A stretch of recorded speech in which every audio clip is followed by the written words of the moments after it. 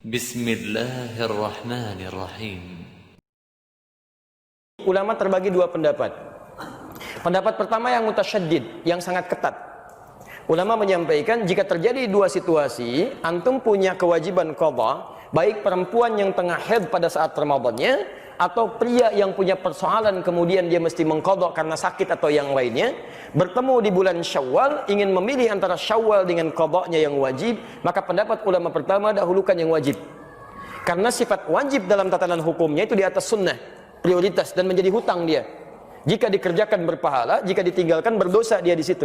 Didahulukan kemudian qadhanya, baru kemudian selesai qadhanya dia masukkan atau teruskan dengan sunnahnya yang 6 hari di bulan Syawal itu. Jika dia mendapatinya, alhamdulillah. Jika tidak mendapatinya dengan keinginan dan niatnya, maka pahalanya dituliskan di situ. Paham sampai sini? Baik. Yang kedua, ini mutasahilin, yang agak longgar di sini. Yang agak longgar. Maka boleh kemudian mendahulukan puasa Syawal dulu. Begitu tuntas Syawal, baru kemudian dikerjakan selanjutnya puasa yang qadhanya, yang Ramadannya. Apa pertimbangannya? Dua hal. Pertama, ayat Qur'annya menunjukkan di Al-Baqarah ayat 184 itu, lihat kalimatnya ayyaman ma'dudat. Faman kana minkum maridha aw 'ala safarin fa iddatu min ayyamin ukhra. Puasa tunaikan di beberapa hari yang ditentukan, bulan Ramadan. Tapi kalau Anda sakit yang tidak memungkinkan puasa atau di perjalanan yang meluitkan puasa, silahkan ganti puasa yang tidak bisa ditunaikan itu di hari-hari lain. Ketika menyebutkan hari-hari lain, kalimatnya menggunakan ukhar, jamak dari kata akhar. Jamak dari kata akhar itu ada dua, satu ukhra, kedua ukhar. Kalau ukhra itu sifatnya terbatas, tapi kalau ukhar sifatnya luas. Maka Sayyidah Aisyah radhiyallahu taala anha itu pernah beliau mengqadha puasa di bulan Sya'ban ketika akan bertemu dengan Ramadan selanjutnya.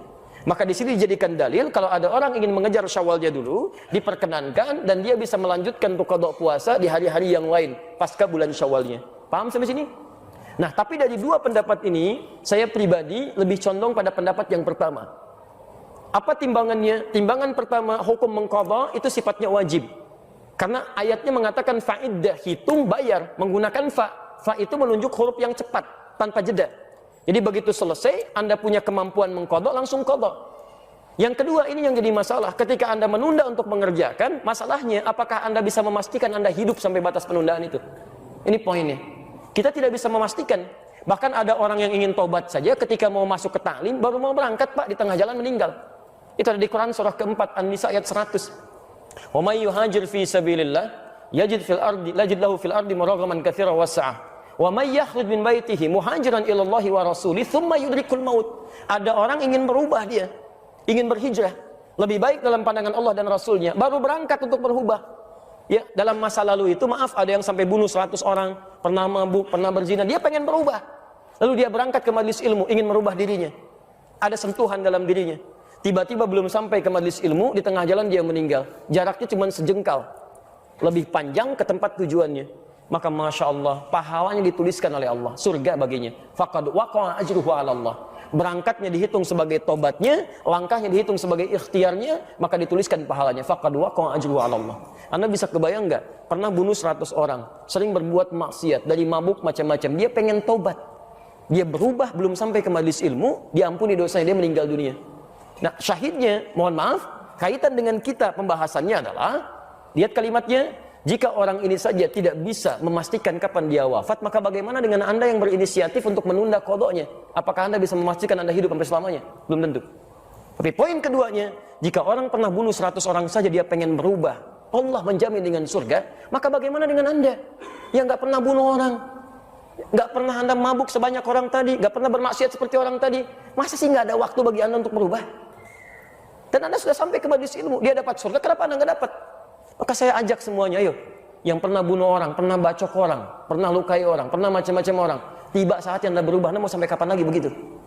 Kalau dengan keterangan ini, dengan contoh ayat tadi, dengan kisahnya, belum menyentuh Anda berubah, mau sampai kapan seperti itu? Kalau Anda ingin bertahan dalam keburukan, maaf, Anda tertinggal. Fir'aun lebih duluan dibandingkan Anda. Lebih jagoan, dan dia lebih hebat dibanding Anda. Punya bala tentara, pernah mengaku Tuhan, pasukannya dahsyat. Anda siapa? Tidak lebih buruk dibandingkan Fir'aun. Dan Anda punya peluang untuk berubah. Anda pernah jadi pemabuk? Ayo, sekarang saatnya berubah. Anda pernah bermaksiat? Sekarang saatnya berubah. Mumpung ada kesempatan. Dan tidak semua orang soleh sekarang, bukan berarti masa lalunya pun baik. Ingat pesan saya, tidak semua ikan yang gemuk berisi daging seluruhnya, pasti ada tulangnya.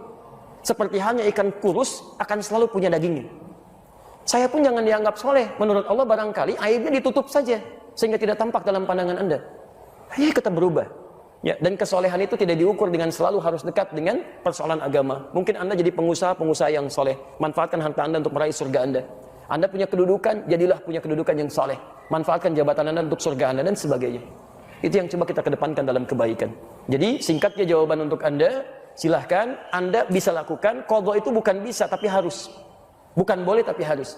Jadi begitu masuk Syawal, saran saya bayar dulu qadha Anda.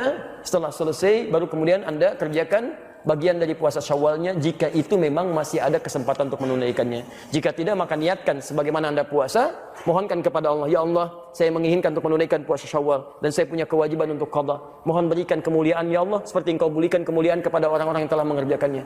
Dan mohon mudahkan orang-orang yang puasa Syawal sekarang ya Allah seperti Engkau mudahkan orang-orang puasa saat Ramadannya. Begitu mereka puasa karena doa Anda mudah dan ringan, maka Anda mendapatkan bagian dari pahalanya. Paham sampai sini? Jadi coba cari peluang pahala. Walaupun Anda tidak mengerjakannya, tapi Anda mencoba menitipkan bagian kebaikannya.